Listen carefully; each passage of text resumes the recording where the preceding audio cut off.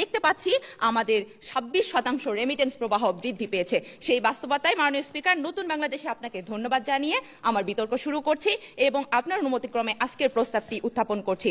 এই সংসদ মনে করে অভিবাসী কর্মীদের যথার্থ মূল্যায়নই রেমিটেন্স প্রবাহ বৃদ্ধি করতে পারে।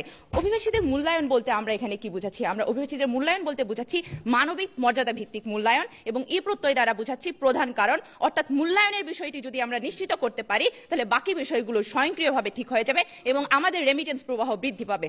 মাননীয় স্পিকার, আমরা কোন কোন জায়গা থেকে বলতে চাচ্ছি অভিবাসীদের মূল্যায়ন করতে হবে? তা হচ্ছে আমাদের সামাজিক মানবিক মর্যাদার মূল্যায়ন, অর্থনৈতিক মর্যাদা ভিত্তিক মূল্যায়ন, দক্ষতা মূল্যায়ন, নিরাপত্তা ভিত্তিক মূল্যায়নের মাধ্যমে আমরা রেমিটেন্স প্রবাহ বৃদ্ধি করব। মাননীয় স্পিকার, এখন তারা বলতে পারে আমরা কিভাবে সামাজিক মানবিক মর্যাদা ভিত্তিক মূল্যায়ন নিশ্চিত করব? এখন আমরা এই সামাজিক মানবিক মূল্যায়ন নিশ্চিত করার মাধ্যমে রেমিটেন্স প্রবাহ বা বৃদ্ধি পাবে কি করে? মাননীয় স্পিকার, আমরা চারপাশে লক্ষ্য করলে দেখতে পাই যে পুলিশের জন্য বিশেষ সুবিধা রয়েছে এবং সেনাবাহিনীর জন্য বিশেষায়িত হাসপাতাল রয়েছে, তাদের জন্য শিক্ষা প্রতিষ্ঠান রয়েছে, কিন্তু আমার অভিবাসী ভাইদের জন্য কি রয়েছে? মাননীয় স্পিকার, যারা আরএমজি খাতের পরে সর্বোচ্চ রেমিটেন্স যারা এই দেশের অর্থনীতিকে সুসংহত করেছে, দিনরাত মাথার ঘাম পায়ে ফেলে পরিশ্রম করছে, তাদের জন্য নেই কোনো আবাসন ব্যবস্থা, তাদের আমরা সম্মানিত করার জায়গা পাই না। মাননীয় স্পিকার, যারা এদেশ গঠনে কাজ করছে, প্রতি মাসে যারা শত শত কোটি টাকা পাঠাচ্ছে, তাদের মূল্যায়ন কোথায়?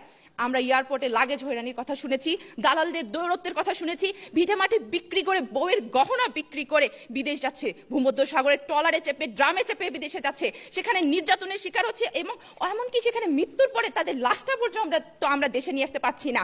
এইসব গল্প আমাদের কাছে বহু পুরনো। মানুষ স্পিকার, কিন্তু মানুষ হিসাবে এদেশের অর্থনীতির চালিকা শক্তি হিসেবে তাদের মর্যাদাটা আসলে কোথায়? তাদের মর্যাদা দেওয়ার ব্যাপারে আমরা কতটুকু নিশ্চিত? এই যে আমরা তাদেরকে মূল্যায়নের জায়গাটা যদি নিশ্চিত করতে না পারি, তাদেরকে মানুষ হিসেবে যদি আমরা মর্যাদা দিতে না পারি, মানুষ স্পিকার, তা আমার সরকার কি করছে? আমার সরকার প্রবাসীদের অ্যাপ নিয়ে কাজ শুরু করেছে, তাদের জন্য বিশেষায়িত লাউঞ্জ সুবিধা দিয়েছে, প্রবাসী কল্যাণ ব্যাংক ঋণ দিচ্ছে, প্রবাসীদের নিজে গিয়ে আমাদের প্রধান উপদেষ্টা ফুল দিয়ে তাদেরকে কৃতজ্ঞতা জানিয়েছেন। আমি কোট করে বলছি আমাদের প্রধান উপদেষ্টার সেই কথাটি যে জুলাই গণঅভ্যুত্থানে প্রবাসীদের ভূমিকা অনস্বীকার্য, তাদের অবদানে দেশ এবং জাতি হিসেবে আমরা কৃতজ্ঞ। এই যে কৃতজ্ঞতা বোধের জায়গাটি মাননীয় স্পিকার, তাদের প্রতি যে সম্মান প্রদর্শন করা হলো, এই জায়গাটি আসলে আমাদের দরকার এবং তাদের এই মূল্যায়নের ফলে আমরা দেখেছি যে মাননীয় স্পিকার, আমাদের রেমিটেন্স প্রবাহ বৃদ্ধি পেয়েছে, তাদের দেশ গঠনে তারা ঝাঁপিয়ে পড়েছে, তারা কাজ করছে। এই